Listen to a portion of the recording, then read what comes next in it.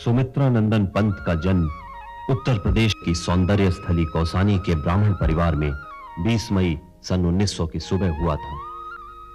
उनकी मां सरस्वती मूर्छित अवस्था में बेटे को जन्म देकर इस संसार को छोड़ गई। इस निर्मम आघात को प्रकृति सहन न कर सकी और उस बच्चे के लिए उसने मां का रूप धर लिया।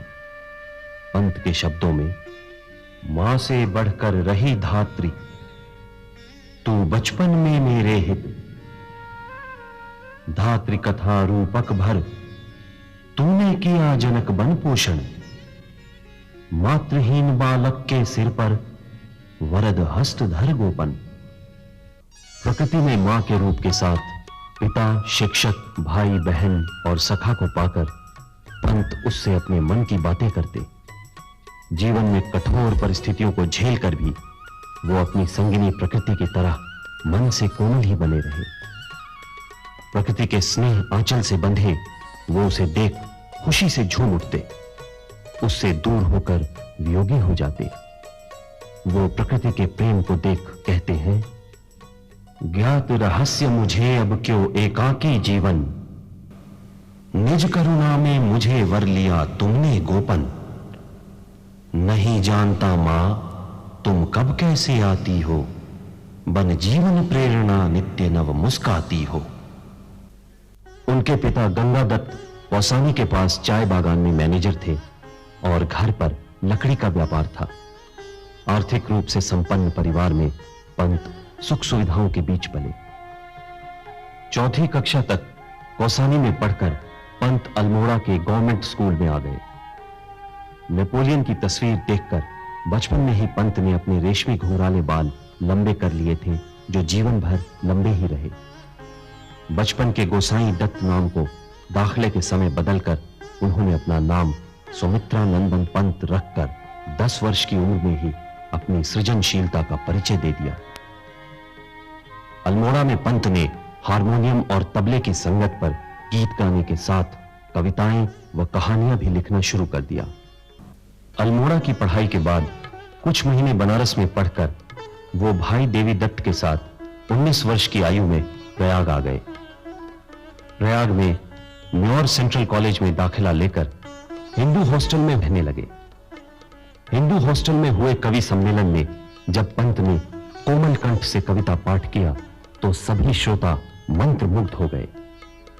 उसके बाद उनके बिना कवि सम्मेलन फीके माने जाने लगे।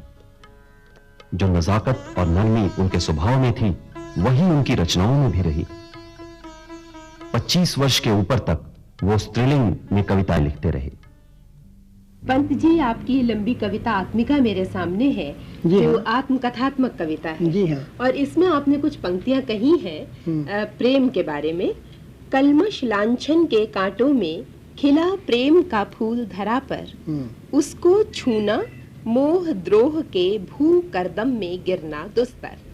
प्रेम का फूल है, लेकिन ये कलमश और लांछन के कांटों से घिरा हुआ। ये कलमश और लांछन क्या? ये कलमश और लांछन आज के धरती के जीवन की स्थितियां हैं, जबकि आदमी प्रेमियों पर उंगली उठा लगाना चाहता है और उनको सोचता है कि ये केवल एक पंख में सने हुए लोग हैं, वो प्रेम की ऊंची कल्पना नहीं कर सकता। मैं बहुत किशोरावस्था में ही कविता के प्रति आकर्षित हो गया था और सौंदर्य की प्रतिनिधि कविता को मैंने उपमा दी है स्त्री से, क्योंकि वो भी सौंदर्य की प्रतिनिधि है। सौंदर्य तो हिमालय के अंचल में पैदा होने के कारण मेरे घर का मेहमान रहा है सदैव से। जी हाँ। तो मैं ये कहना चाहता था कि भाई, अगर प्रेम की जो अवस्था आज है, जो स्थिति आज है, वो तो द्रोह से, मोह से, लांछन के कर्दम से घिरी हुई है। वो कभी सार्थक होगी? मैंने हमेशा स्त्री के लिए लिखा है कि उसका हृदय तो तिजोरी में बंद है। जी। उसको तो ऐसा होना चाहिए जैसे फूल अपने नाल से बंधा रहता है, वैसे स्त्री को अपने परिजन से तो बंधा रहना चाहिए, घर से, लेकिन अपने हृदय की सौरभ जैसे फूल समस्त लोगों को देता है, वैसे स्त्री को अपनी भावना समस्त लोगों को देनी चाहिए, जिससे कि भावना का आदान प्रदान हो सके, क्योंकि स्त्री का सबसे सुंदर हिस्सा देह नहीं है, उसकी भावना है। लेकिन उसका- पंत जी क्षमा करें, इतनी भावना होते हुए और स्त्री को इतना बड़ा महत्व आपने दिया है। आपकी कविता हम देखते हैं, भावी पत्नी के प्रति भी कविता पढ़ी, और इसके अलावा एक 20वीं शताब्दी में नारी को एक बिल्कुल नया रूप देने की जब हम बात करते हैं तो आपकी कविता की पंक्ति बार बार दोहराई जाती है, देवी माँ सहचरी प्राण। इस तरह से आपने नारी के रूप को देखा, लेकिन फिर भी विवाह नहीं किया, नहीं कोई प्रेम प्रसंग हम सीधा जोड़ पाते हैं आपसे।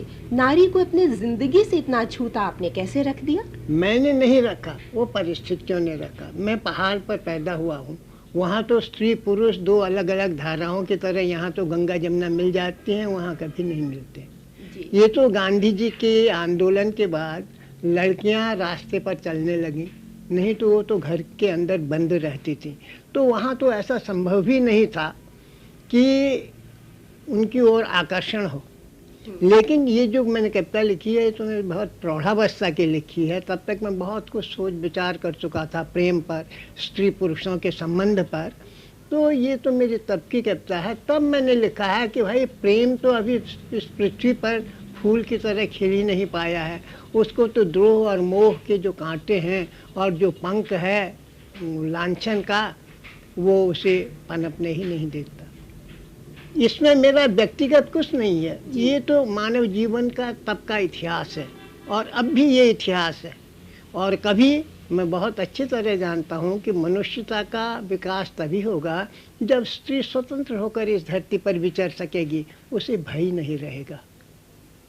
समझ गई हैं? पंत जी, लेकिन इतने संवेदनशील कवि में और जो संवेदना का पुंज मानता हो स्त्री को, और एक सहगामिनी की इच्छा होती है हर एक व्यक्ति के भीतर, तो वो जब नहीं, किसी भी वजह से नहीं हुई, चाहे परिस्थिति की वजह से नहीं हुई पूरी, तो क्या एक उसकी छटपटाहट आपकी कविता में नहीं उभरी होगी? खूब उभरी है। आप तो जानते हैं मेरी कविता में ग्रंथि में है, उच्छ्वास में है, आंसू में है। और मैंने स्त्रियों पर मैं तो बहुत स्त्रियों को प्यार करता हूँ। ये दूसरी बात है, किसी स्त्री को अपना नहीं सका। स्त्रियों को तो मैं बहुत अधिक प्यार करता हूँ, क्योंकि मैं मानता हूँ कि भविष्य में अगर मनुष्य को कोई संस्कृत बना सकती है तो स्त्री बना सकती है। कब? जब वो अपने शील में, अपने सौम्यता में, अपने सौंदर्य में रहे हैं और मनुष्य को प्यार करना सिखलाए, न कि अपने देह से, जैसे कि इस युग में देह को प्रमुखता दी गई है और देह के साजबाज से मनुष्य को भटकाए। यही शायद आपकी इन पंक्तियों में आता है, हो न सका चरितार्थ प्रेम का धरा, स्वर्ग नारी उर में स्थित, ये हृदय नहीं विकसित शोभा के, देह भाव से मन अवगुंठित। ये तो देह भाव से मन अवगुंठित हो जाता है, लेकिन देह को नकारा तो नहीं जा सकता। नहीं नकारा नहीं जा सकता। तो क्या आपने शायद बहुत आदर्श कुछ इतना ऊंचा नहीं रख लिया कि? बिल्कुल ऊंचा नहीं रखा। अगर केंद्र हृदय हो जाए, है ना, तो देह तो अपने आप आ जाएगी। लेकिन अगर हृदय ही न हो, देह ही देह हो, तो ये बतलाइए कितनी बड़ा संकट है। पंत जी, आपकी कविता में बराबर मैंने ये महसूस किया है कि नकार नहीं है, स्वीकार है। गांव में रहे तो गांव का स्वीकार, उसके बाद शहर में चले आए तो शहरी सभ्यता को भी आपने तिरस्कार उसका नहीं किया, उसको भी स्वीकारा है। आपके जहाँ रूपकों में शिल्पी आता है, कलाकार आता है, वहाँ वैज्ञानिक का एक बड़ा भारी महत्व है। ये सब कुछ स्वीकार करते हुए क्या आप कोई एक आदर्श या कोई एक परिकल्पना आपके मन में है जिसमें आप शहर का, गांव का, तमाम पुरानी नई सभ्यता का एक तालमेल बिठाना चाहेंगे? जी हाँ, ये तो मैं क्या चाहता हूँ, ये तो ये युग चाहता है। विज्ञान ने जो कि एक जड़ जगत, एक बड़ी भारी बाधा था मनुष्य के जीवन में, है ना, उसको बाधा को मिटा दिया है भौतिक विज्ञान ने। अब आप देखते हैं देश काल मनुष्य की मुट्ठी में है। देश विदेशों के लोगों के विचार, उनके धार्मिक दृष्टिकोण, नैतिक दृष्टिकोण, सौंदर्यवादी दृष्टिकोण, चाहे वो रेडियो से हो, चाहे ऐसे सिनेमा से हो, चाहे देशांतर में घूमने से हो, मनुष्य एक दूसरे के निकट आ रहे हैं, ये दृष्टिकोण निकट आ रहे हैं जी।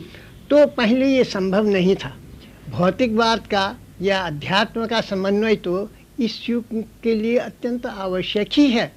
हमने जो सबसे बड़ी भारी हमारी मध्ययुगीन हमारी कमी रही है, हमने एक संसार को नकारा है, जीवन को नकारा है। हम कहीं मन के जंगल में खो गए हैं, हमने कहीं अध्यात्म को एक मन के शिखर से ऊपर माना है। लेकिन आज का अध्यात्म या आज का जीवन दर्शन कहता है कि भाई जिससे चाहे आप भगवान कहें, चाहे आत्मिक संचरण कहें, वो तो इसी जीवन के स्तर पर हमको प्रतिष्ठित करना है। अगर भगवान का नाम ही नाम आप लेते हैं तो वो तो अधूरा है। भगवान का रूप भी निर्माण कीजिए। भगवान का रूप आप जगत जीवन के ही रूप में निर्माण कर सकते हैं। तो आज तो ये निर्माण का युग है, इसमें तो विज्ञान और अध्यात्म इनको मिलकर काम करना है। वैदिक युग में हम कहते थे पदभ्याम पृथ्वी, ये जो पृथ्वी है ये खड़े होने की जगह है भगवान की। तो भगवान खड़े तो हों पृथ्वी पर, तो चाहे ग्राम जीवन हो चाहे नगर का जीवन हो, आज आपस में उनमें अदलाव बदलाव हो रहा है चेतना में। चाहे स्थूल हो चाहे सूक्ष्म हो, वो आपस में एक दूसरे से टकराव उसमें हो रहा है। चाहे कम्युनिज्म हो चाहे अध्यात्म हो, उनकी मान्यताएं एक दूसरे में बदल रही हैं। जिसे हम कम्युनिज्म कहते हैं आज कोरा, न वो कम्युनिज्म रह सकेगा। जिसे हम अध्यात्म कहते हैं आज मध्ययुगीन दृष्टि से, न वो अध्यात्म रह सकेगा। आगे का जो जीवन होगा वो बहुत विकसित होगा और इन दोनों संचरणों को समेट कर चलेगा। मैंने हमेशा अपनी दृष्टि में ये चीज़ रखी है। ये ठीक है, मुझको इसमें पूर्णता कहिए या सफलता कहिए वैसी नहीं मिली है जैसी मिलनी चाहिए। इसका कारण ये है कि ये तो बड़ी भारी संक्रांति का युग है, बहुत बदलाव का युग है और इसमें तो चीज़ें इतनी जल्दी जल्दी बदल रही हैं। मैं जहाँ खड़ा हूँ कल देखता हूँ उससे दूसरी जगह खड़ा हूँ, परसों पाता हूँ अपने को तीसरी जगह खड़ा पा रहा हूँ। तो ये तो विश्व जीवन का एक ऐसा संचरण है इस युग में जिसको कोई टाल नहीं सकता। भौतिकता आध्यात्मिकता का समन्वय अत्यंत आवश्यक है।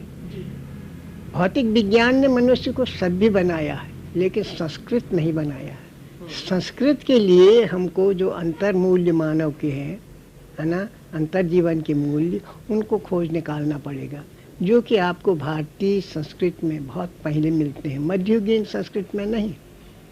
तो इसलिए ये जो समन्वय विज्ञान और अध्यात्म का होगा वो न विज्ञान ही रहेगा न अध्यात्म ही रहेगा, वो एक नई मानवीय संस्कृत में वो विकसित होगा। इसलिए मैं सोचता हूँ कि ये समन्वय अत्यंत आवश्यक है। विज्ञान ने देखिए ऐसी ऐसी रोशनियाँ दी हैं, प्रकाश दिए हैं कि भीतर के जगत बाहर के जगत का अंधकार एकदम आप हर सकती हैं। कोई ऐसा प्रकाश नहीं दिया कि भीतर के जगत का अंधकार हरे, मनुष्य के हृदय का अंधकार हरे। तो इसके लिए तो आपको अंतर्जीवन के मूल्यों को ही खोजना पड़ेगा जो कि आपके पास अध्यात्म में है। इसलिए ये समन्वय अनिवार्य है, पश्चिम के जगत के लिए भी पूर्व के जगत के लिए भी। हमको विज्ञान के मूल्य ग्रहण करने हैं, उनको भारतीय अध्यात्म के मूल्य ग्रहण करने हैं और इससे एक नई मानवता के निर्माण में मुझे ऐसी आशा है कि बहुत सहायता मिलेगी। शायद यही है जो आपने कविताएं लिखी हैं मार्क्स के प्रति, गांधी के प्रति, अरविंद के प्रति, उन सब का एक मेल इकट्ठा हो। मार्क्स का बहुत बड़ा एक इस युग के लिए दान है ना, उसने जो दृष्टि दी है वैज्ञानिक दृष्टि, और श्री अरविंद ने तो भारतीय समस्त दर्शन को मत कर उसको आज के युग के अनुरूप बना दिया है। विवेकानंद ने भी ऐसा किया है। गांधी जी ने तो उसको कर्म की भूमि पर उतार दिया है। तो मतलब गांधी जी को इस तरह से सबसे संपूर्ण एक तरह से आज के युग के लिए प्रतिनिधि मानता हूँ। जी पंत जी, आपने एक एकाकी जीवन बिताया है, लेकिन साथ ही आपका मित्र समुदाय भी बहुत बड़ा रहा है। हाँ। दोस्तियां बनी, दोस्तियां टूटी, उनका प्यार, उनकी खालिश दोनों आपने पाई, उसके बारे में कुछ कहें। बातें मैंने तो कभी एकाकी अनुभव ही नहीं किया, आपसे सच कहता हूँ।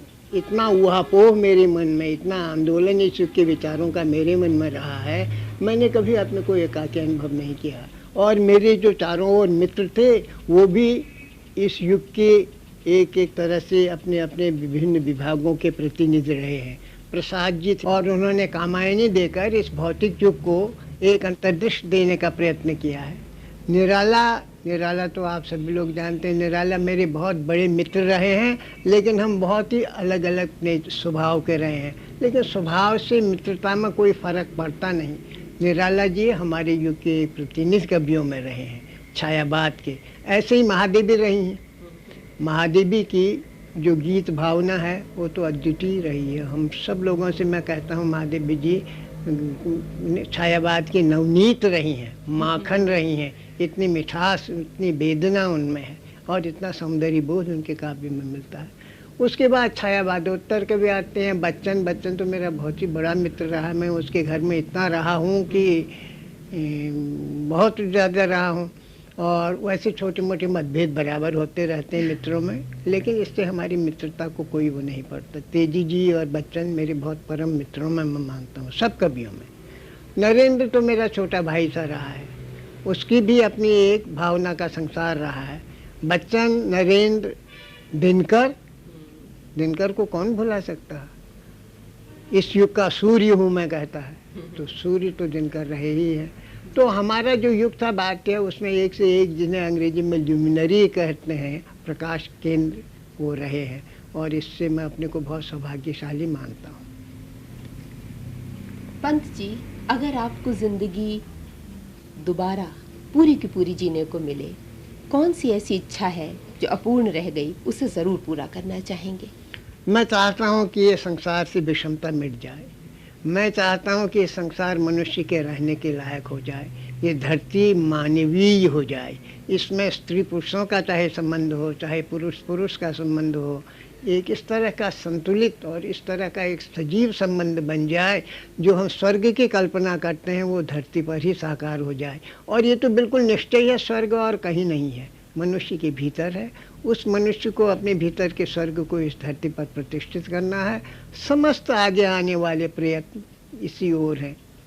ये आज जो इतना संक्रांति का युग, इतना बदलाव दिखता है, और ऐसे न्यूक्लियर वेपन्स बन रहे हैं, ये बन रहे हैं, ये बन रहे हैं, ये तो जैसे कि पतझड़ आता है ना, बसंत से पहले सब पत्ते झड़ते हैं, तो ये तो एक डिसइंटीग्रेशन, विघटन का युग है। पुराने मूल्य विघटित हो रहे हैं। पंत जी, आपके हमेशा एक खास एक विन्यास रहा है कपड़ों के बारे में, बालों के बारे में, और एक पूरी एक रूप छटा बनी रहती है पढ़ने वालों के मन में हमेशा से। ये कैसे आपने एक अपना विन्यास बनाया?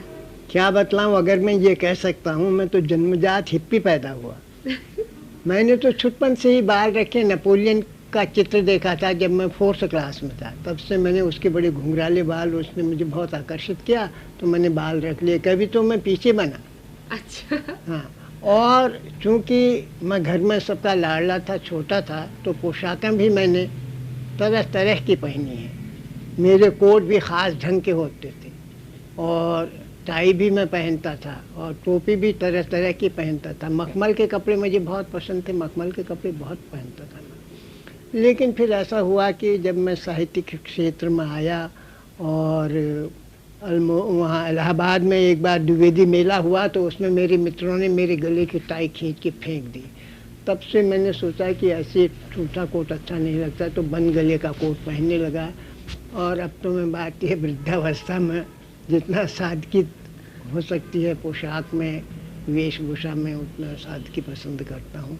लेकिन छुटपन से मुझे रूप और भाव का बहुत बड़ा भारी संबंध एक मिलता रहा है, और मैंने अपने ही को सजाया है। क्योंकि मेरे घर में अगर मेरी बीवी या कोई होता तो शायद उसे सजाता, तो वो कोई बात नहीं है। रूप का मैंने हमेशा आदर किया है, और मुझे खुद अपना ही शरीर उसमें मिला है, मैंने उसी को सजाया।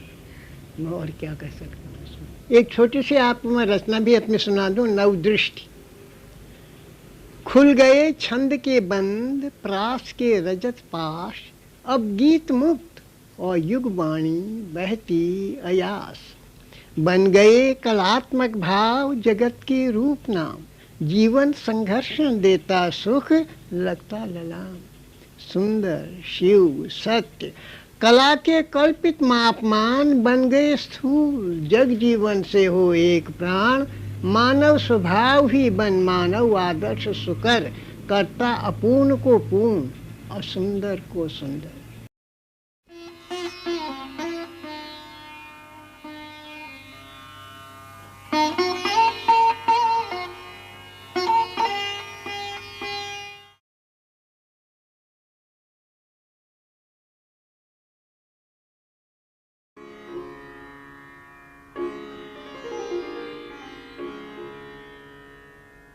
Thank you.